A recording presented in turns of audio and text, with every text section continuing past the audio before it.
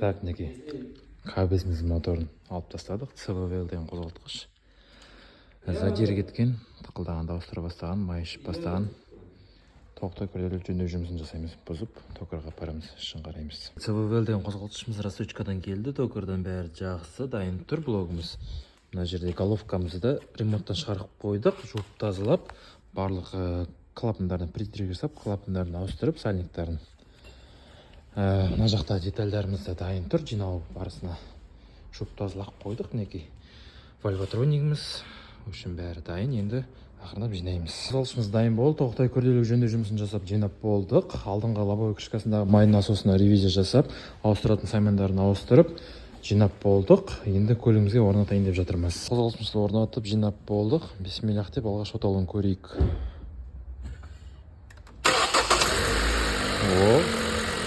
Тамаша, керемет, жақсы. Енді қыздырып тексеріп көрейік. Мінекей кезекті көлігіміз күрделі жөндеу жұмысынан сәтті өтті. Қозғалтқышымыз жақсы жұмыс жасап тұр. Сағат сияқты сылдап, бір қалыпты, ешқандай бөгде дыбыссыз. В общем, көлік иесіне тапсырамыз. Көлікті гараж аппаратына өткізіп отырмыз қазір. Егер де сіздердің көліктеріңізде қандай да бір ақау болса, бізге хабарласыңыздар.